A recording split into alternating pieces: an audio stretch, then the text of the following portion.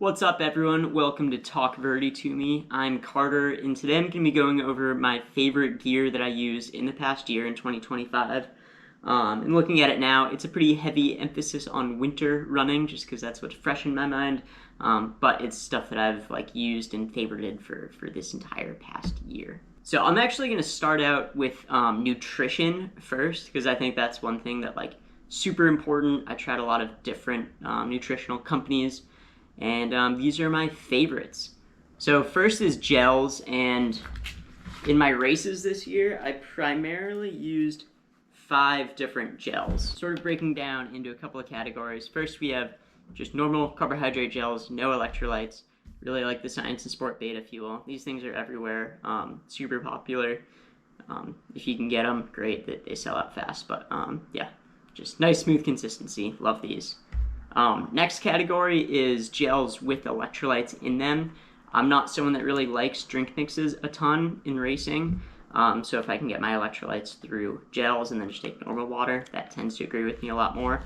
And I have 3 that I really like here. One is, again, Science and Sport Beta Fuel, but their electrolyte version, which came out later in the year, but yeah, these are one of my favorites. I used them at my 50 miler at the end of the year and love them. Go down really easily. I also have the Amax Turbo Gel, which has the exact same stats as the Science and Sport ones, 40 grams of carbs and 200 milligrams of sodium. So with them being the same, it's easy to mix and match and avoid palate fatigue because it has a pretty different flavor and consistency, which is nice. Then the last one is Victus. These have 340 milligrams of sodium and 45 grams of carbs, which is higher on the electrolyte side. So for me, I sweat less salty, and so just taking one of these an hour for my only source of electrolytes honestly is pretty good, but I've sort of been moving away from this more towards those 200 milligram sodium gel. And then my last one is my source of caffeine. My favorite caffeine gel is the Precision Fuel and Hydration 30-gram calf gel, 100 milligrams in one of these. I take one every 2 hours during a race, and yeah, it's like rocket fuel for me. It's awesome. And then when I do take drink mix within a race, I like Morton's drink mix. They have this hydrogel that forms in your gut, and it's just really smooth. Not super high sodium, which again, super high sodium makes me nauseous. So yeah, the Morton fuel, or the Morton drink mix goes really well with me. This is the Morton 320. I've also used the Morton 160, and that works great too for a little bit of lower carb in a bottle. So I love that. And then one other gel that I use in training a lot is from Carbs Fuel, either their normal 50-gram gel, or this is the Carbs Fuel Salted, which has 450 milligrams of sodium. And so, yeah, when I'm just going out on training runs, Carbs Fuel is much cheaper, and so I like to take that. And I've taken it during races too. Really packs, nice 50 grams in one gel, so I can take 1 to 2 of these an hour. And makes it nice and simple. So next I'll move on to running shoes, and I'm just going to show you 3 running shoes today. I've run in lots, but these are 3 that I chose to race in this year and really, really liked. So the first one, not a new shoe this year, but the Adidas Agravic Speed Ultra. I raced once in this shoe at a 6-hour race that was on some pretty rolly single track trail, and this shoe is fast. Definitely the fastest trail shoe I've ever worn. It's a little unstable, the upper's not perfect, but it is speedy, and I could handle it for 6 hours. And yeah, there's plenty of reviews on this, but really liked it. However, when I was going for my 50 miler in the fall, I was debating between this shoe and one other, the Mount to Coast H1, and ended up deciding to go with the Mount to Coast H1 just because the upper, so much more comfortable, the midsole, much more stable, much more forgiving. The plate's pretty rigid in the Agravic Speed Ultra. And despite the grip on these being worse, if you have slick rock at all, these are terrible on that. But around twisty turns, they work well, and yeah, they're also a little bit lighter than the Agravic Speed Ultra. So Mount to Coast H1 ended up being my favorite ultra racing shoe of the year. I like it over the Adidas Agravic Speed Ultra, even if it has less top-end speed. Then I'd say my favorite mountain running shoe this year, the Sportiva Prodigio Pro. again, all three of these shoes pretty universally loved. I raced in the Prodigio Pro for all of my White Mountain Endurance Cup races this year, which were 15 to 20 mile, 4,000, 5,000, 6,000 feet of elevation gain, really techie terrain, and these performed amazing.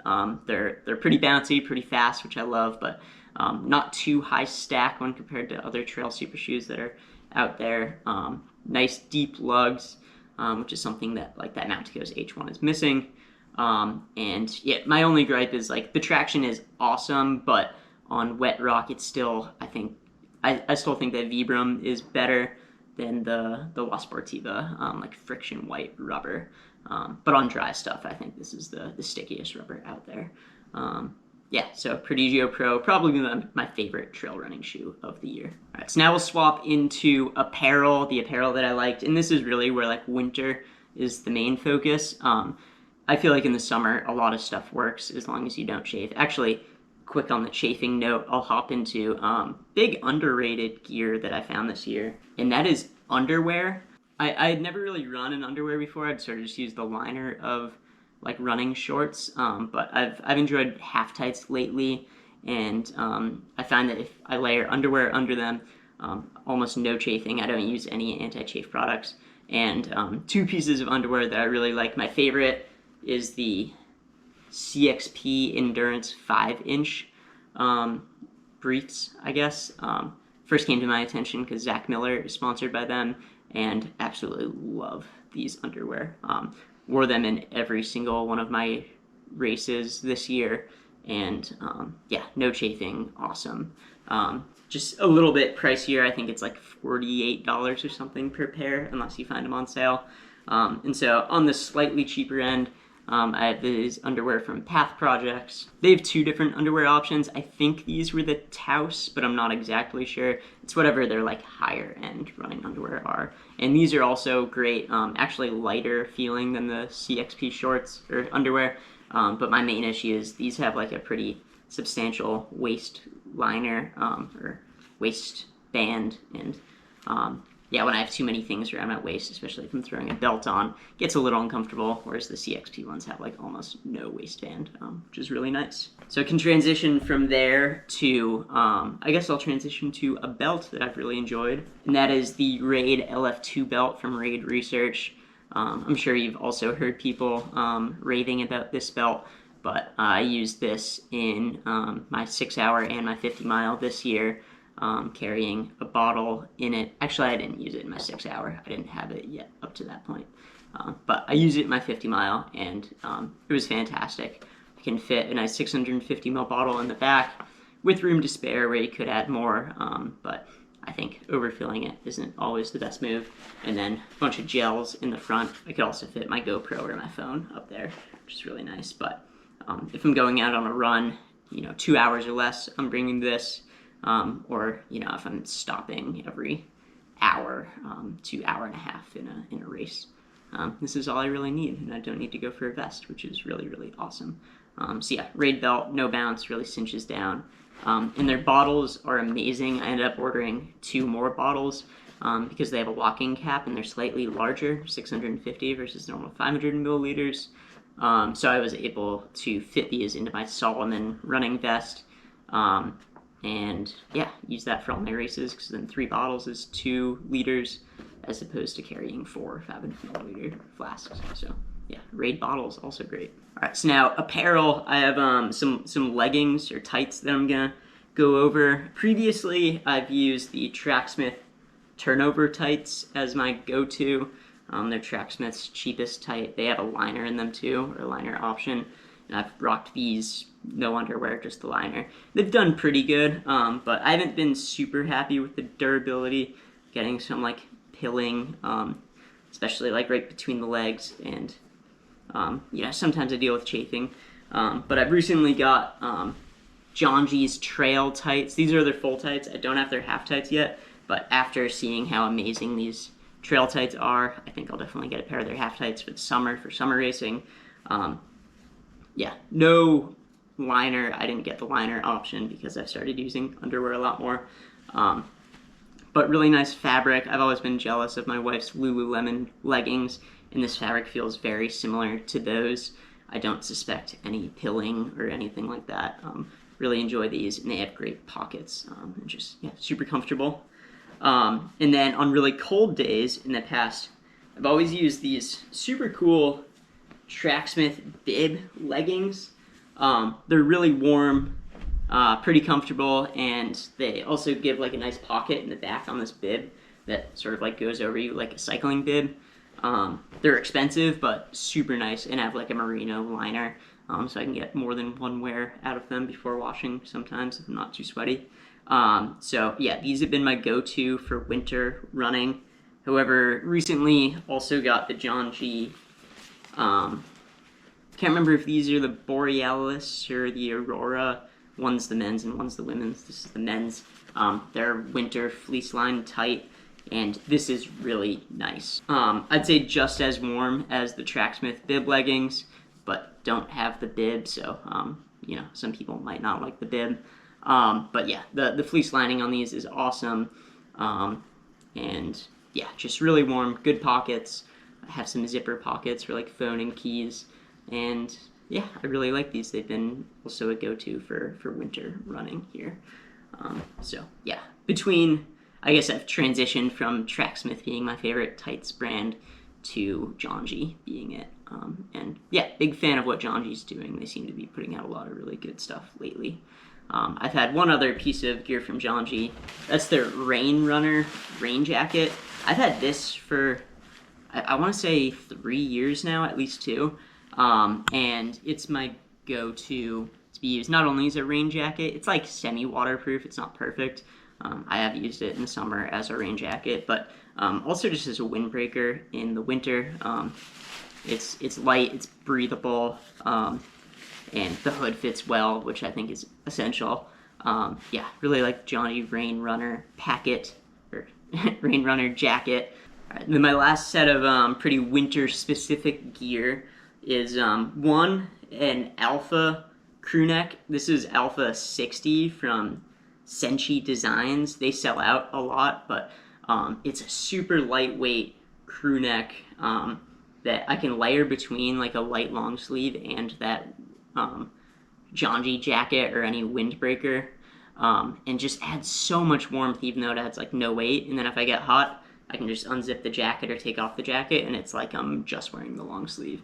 So yeah, this Alpha 60 layer is awesome. I know a lot of other companies make them, and I really think it's the material that's the magic here. So any lightweight Alpha crew neck is awesome.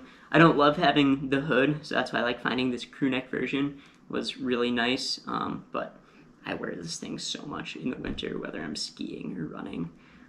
Yeah, fantastic. And then my last one is gloves. I've gone through a lot of gloves in the past couple years trying to find the best ones for running and for skiing, and I think I found the best 2 options right here. One is Hestra's Erg Grip glove.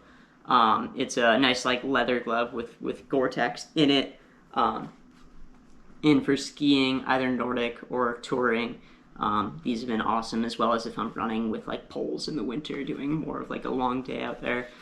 They're pretty light, but just warm enough, but my hands don't really overheat in them. So these Hestra Erg Grip gloves are awesome. And then the other one is another Janji piece of gear. They're, I think, thermal glove. They have a couple of glove options, but this one has like insulation in it, but it's still super light and not like bulky at all. And yeah, I love these Janji thermal gloves. And yeah, I've kind of accepted sometimes my hands might get hot and sweaty, and I'm kind of okay with that. Yeah, so that's all of my favorite gear that I ran in this year, as well as like nutrition and shoes and everything. Yeah, I hope that you enjoyed this. I'm going to be doing more gear reviews this year, but I'm also going to be coming out with a video in a couple of days on like recapping my 2025 season. It was a pretty awesome season. I was really stoked with how it went. And then more excitingly, kind of like giving a look forward onto 2026, what I'm going to be doing for races, what my main goals are, and yeah, how things are going to be looking here. So I hope that you liked this video. if you want to see more gear reviews like this and see that year in review video coming out soon. Make sure to subscribe. I do a lot of training videos. I'm improving and really trying to race at a pretty high level, but I'm also a nerd about gear, so I love talking about that. So yeah, if you're into that, subscribe, like the video, and as always, keep on running.